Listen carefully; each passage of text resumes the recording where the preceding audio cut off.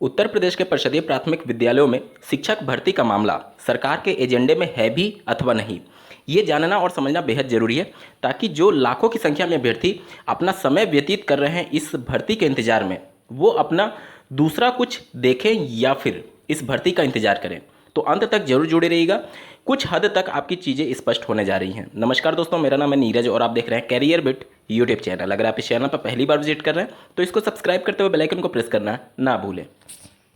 आज की मीडिया सरकार के ही एजेंडे को आगे बढ़ा रही है और बिल्कुल दंडवत नतमस्तक हो चुकी है सत्ता के सामने, और उनके द्वारा सवाल पूछने की बात तो छोड़िए, जो सरकार के द्वारा जो एजेंडा चलाया जा रहा है उसी को आगे बढ़ाने का काम किया जा रहा है। एक न्यूज आर्टिकल प्रकाशित हुई है जिससे कुछ हद तक आपकी चीज़ें स्पष्ट होंगी। देखिए,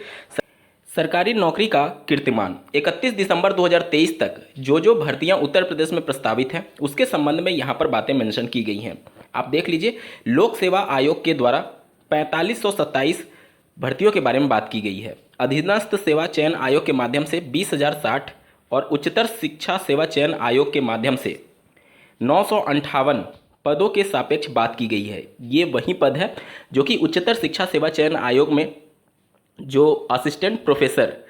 के लिए पद विज्ञापित हैं, जिसका मामला अभी माननीय इलाहाबाद हाईकोर्ट में विचाराधीन है भर्ती प्रक्रिया को लेकर के, क्योंकि नए आयोग के गठन के बाद से वो पूरी भर्ती प्रक्रिया रुक चुकी है। इसके अलावा माध्यमिक शिक्षा सेवा चयन आयोग के माध्यम से होने वाली टीजीटी पीजीटी की भर्तियां भी अभी कतार में हैं। आप उसके नीचे जस्ट देख पा रहे होंगे, माध्यमिक शिक्षा सेवा चयन बोर्ड के माध्यम से 4795, ये वही पद है जो कि टीजीटी पीजीटी 2022 में विज्ञापित किए गए थे। इसके अलावा पावर कॉरपोरेशन विद्युत सेवा आयोग में 255 और पुलिस भर्ती एवं प्रोन्नत बोर्ड में 41,028 पद। यहाँ पर आप देख सकते हैं 31 दिसंबर 2023 तक जो भी पद प्रस्तावित हैं उत्तर प्रदेश में, उसमें बेसिक शिक्षा विभाग के प्राथमिक स्तर की शिक्षक भर्ती का कहीं भी दूर दूर तक जिक्र नहीं है। 2022 विधानसभा चुनाव जब था उस समय भी इसी प्रकार का दबाव बना था सरकार पर, और उस समय भी लग रहा था कि शिक्षक भर्ती का पद विज्ञापित कर दिया जाएगा। उस समय के तत्कालीन बेसिक शिक्षा मंत्री जी के द्वारा 17,000 पदों पर बाकायदा विज्ञप्ति जारी करने के बाद भी वो जमीनी धरातल पर भर्ती का रूप धारण नहीं कर पाया। उस समय भी मैंने एक डेडिकेटेड वीडियो के माध्यम से बताया था कि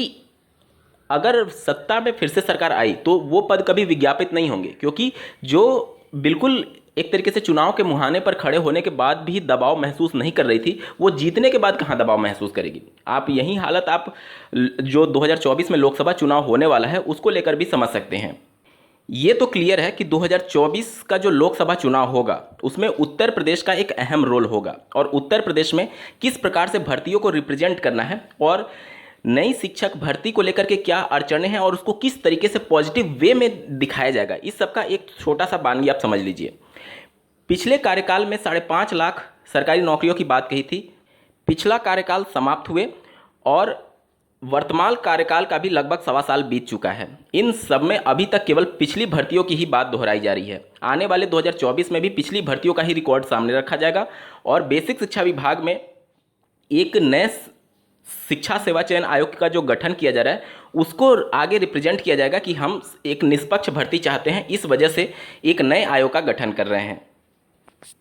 आपने देखा होगा उत्तर प्रदेश अधीनस्थ सेवा चयन आयोग के माध्यम से जब पीईटी को लॉन्च किया गया था उस समय भी एक पूरा माहौल बनाया गया था उत्तर प्रदेश में कि पहले भर्तियां सालों साल लंबित रहती थी, अब पीईटी के माध्यम से भर्तियों में तेजी देखने को मिलेगा। लेकिन हुआ कुछ जमीनी धरातल पर कुछ नहीं, बल्कि और ज़्यादा एक तरीके से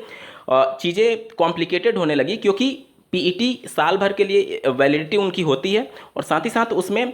क्वालिफाइंग मार्क्स डिसाइड ना होने की वजह से लाखों की संख्या में अभ्यर्थी जो परीक्षा में सम्मिलित होते हैं वो इंतजार करते हैं कि किसी भी भर्ती प्रक्रिया में उसका नंबर आ पाए। एटलीस्ट उनका क्वालिफाइंग मार्क्स रहता तो कम से कम वो समझ जाते कि हाँ अब मेरा नंबर नहीं आने वाला है, वो अपनी दूसरी चीज़ों में ध्यान दे पाते। लेकिन क्वालिफाइंग मार्क्स ना होना, वैलिडिटी सिर्फ 1 साल होना, वहीं अभ्यर्थी बार बार अगले साल रिपीट होना, 30-35 लाख अभ्यर्थियों का बार बार एक ही परीक्षा में सम्मिलित होना, ये सब कुछ ड्रॉबैक है पीईटी का, जो कि राज्य सरकार को निश्चित तौर पर इस पर काम करना चाहिए और उसकी वैलिडिटी कुछ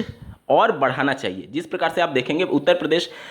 शिक्षक पात्रता परीक्षा की बात कर लें या फिर केंद्रीय शिक्षक पात्रता परीक्षा की बात कर लें तो इनके लिए भी पहले वैलिडिटी क्रमशः 5 साल और 7 साल हुआ करती थी, जिसको लाइफ टाइम कर दिया गया है। तो जब एक बार आपने एक अभ्यर्थी की एलिजिबिलिटी चेक कर ली और आप कोई नई भर्ती निकाल रहे हैं, चाहे लेखपाल की या फिर किसी भी प्रकार की भर्ती, तो उसमें आप दोबारा बच्चे का एक तरीके से मुख्य परीक्षा लेंगे ही लेंगे। तो एलिजिबिलिटी टेस्ट आप 10 बार थोड़ी दिलाएंगे बच्चे को, एक बार अगर आपने दिला दिया तो एटलीस्ट उसकी जो वैलिडिटी है वो कम से कम 5 साल होनी चाहिए। अन्यथा की कंडीशन में वहीं बेरोजगार अभ्यर्थी बार बार रिपीट हो रहे हैं। बच्चे अच्छे मार्क्स लाने के बावजूद भी एक तरीके से भर्ती में कंप्लीट नहीं कर पा रहे हैं, क्योंकि वहीं अभ्यर्थी बार बार रिपीटिशन हो रहा है। तो ये सब कुछ कहीं ना कहीं एक ऐसा प्रोसेस बनाया जाना चाहिए जिससे ज़्यादा से ज़्यादा अभ्यर्थियों को मौका मिले। कुल मिलाकर के ये है कि अभी जो एजेंडा सामने रखा जा रहा है 2024 को लेकर के, जो कुछ भी बातें निकल करके आएंगी, क्योंकि बहुत सारे लगभग 2 महीने से अभ्यर्थी उत्तर प्रदेश के लखनऊ के इको गार्डन में नई प्राथमिक स्तर की शिक्षक भर्ती के लिए धरना प्रदर्शन कर रहे हैं, लेकिन उसका कुछ खास इम्पैक्ट नहीं पड़ रहा है और इम्पैक्ट शायद पड़ेगा भी नहीं। मैं किसी को डीमोटिवेट नहीं कर रहा हूँ, लेकिन आप देख लीजिए जो विदेशों में देश का नाम ऊंचा करने वाले रेसलर्स हैं, जिनकी हालत लगभग 1-1.5 महीने से वो भी धरना प्रदर्शन कर रहे हैं, बावजूद इसके उनके साथ किस प्रकार से व्यवहार किया जा रहा है, मीडिया उनकी बात तक नहीं कर रहा है, सरकार उस पर बात करने को तैयार नहीं है। तो जब वो विदेशों में देश का नाम ऊंचा करने वाले और एक प्रतिष्ठित खिलाड़ी होने के बावजूद भी अगर उनके तरफ कोई ध्यान नहीं दे रहा है, तो उत्तर प्रदेश में जो अभ्यर्थी धरना प्रदर्शन कर रहे हैं शिक्षक भर्ती के लिए, उनकी सरकार के सामने क्या एक तरीके से महत्व है, उसको आप बेहतरीन तरीके से समझ सकते हैं। और 2024 का जो लोकसभा चुनाव होगा उसके कुछ प्रमुख मुद्दे अभी से तैयार किए जा रहे हैं। जैसा कि आपने देखा होगा कि जो संसद भवन का उद्घाटन किया गया है वो प्रमुख मुद्दा होगा। 2024 जनवरी में जो